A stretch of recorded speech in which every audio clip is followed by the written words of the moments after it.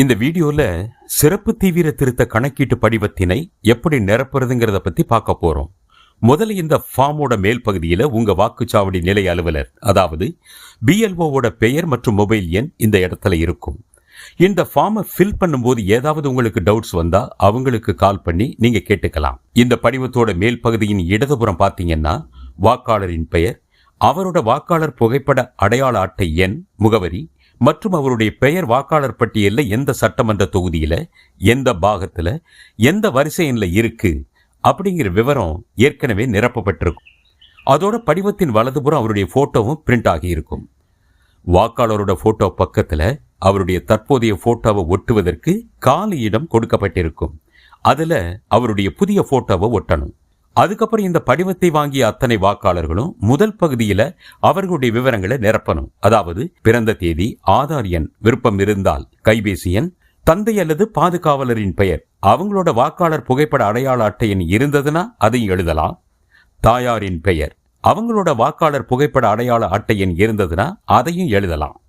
துணைவர் பெயர், அதாவது கணவன் அல்லது மனைவி அவங்களோட வாக்காளர் புகைப்பட அடையாள அட்டை எண் இருந்ததுன்னா அந்த எண், இது போன்ற விவரங்களை எல்லாம் சரியா நிரப்பணும். அடுத்ததா கீழே இடதுபுறம் உள்ள இரண்டாவது பகுதி, அதாவது முந்தைய சிறப்பு தீவிர திருத்தத்தில் வாக்காளர் பட்டியலில் உள்ள வாக்காளரின் விவரங்கள் அப்படின்னு இருக்கிற பகுதியில அந்த வாக்காளர் அவருடைய பெயர் 2002 அல்லது 2005 வருட சிறப்பு தீவிர திருத்தத்தில் தயார் செஞ்ச வாக்காளர் பட்டியலில் இருந்தா அந்த பகுதியில கேட்கப்பட்ட விவரங்களை நிரப்பணும். அதாவது வாக்காளர் பெயர் அப்படிங்கிற இடத்துல அவருடைய பெயரை எழுதணும். 2002ல அவருக்கு வாக்காளர் புகைப்பட அடையாள அட்டை எண் இருந்துச்சுன்னா அதோட நம்பர், அப்புறம் உறவினரின் பெயர் என்ற இடத்துல அவருடைய அப்பா, கணவர், பாதுகாவலர், இப்படி அவருக்கு பொருத்தமான உறவினரோட பெயரை எழுதி கீழே உள்ள உறவு முறையையும் எழுதணும்.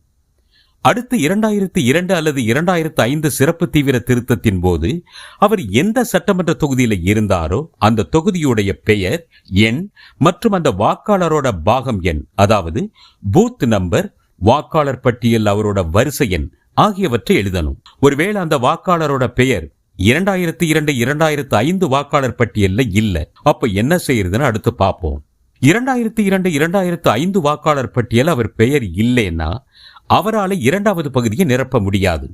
அப்போ இந்த மூன்றாவது பகுதியில அவரோட உறவினர், அதாவது அவருடைய அப்பா, அம்மா, தாத்தா, பாட்டி, இவங்கள யாராவது ஒருத்தருடைய பெயர் 2002 2005 வாக்காளர் பட்டியலில் இருந்ததுன்னா அவங்களுடைய பெயர் 2002ல அவங்களுக்கு வாக்காளர் புகைப்பட அடையாள அட்டை இருந்ததுன்னா அதோட நம்பர், அவங்களோட அப்பா, கணவர் பேரு நிரப்பணும். அடுத்து உறவு முறை அப்படிங்கிற இடத்துல அவர் வாக்காளருக்கு என்ன உறவு முறை அப்படின்னு எழுதணும். அப்புறம் அவர்களோட, அதாவது யார் பெயர் 2002 2005 வாக்காளர் பட்டியலில் இருக்கோ அந்த பெயர் இருக்கிற சட்டமன்ற தொகுதி பெயர், பாகம் எண், வரிசை எண் எல்லாத்தையும் ஃபில் பண்ணணும். இதை முடிச்ச பின்னாடி கீழே இருக்கக்கூடிய 3 உறுதிமொழியையும் பொருத்தமா ஃபில் பண்ணி வாக்காளரோட கையெழுத்து அல்லது கை ரேகையை இட்டு, அவர் இல்லாத பட்சத்துல அவருடைய குடும்பத்தில் இருக்கிற 18 வயசுக்கு மேற்பட்ட நபரின் கையெழுத்து அல்லது கை ரேகையை பதிவு செஞ்சோ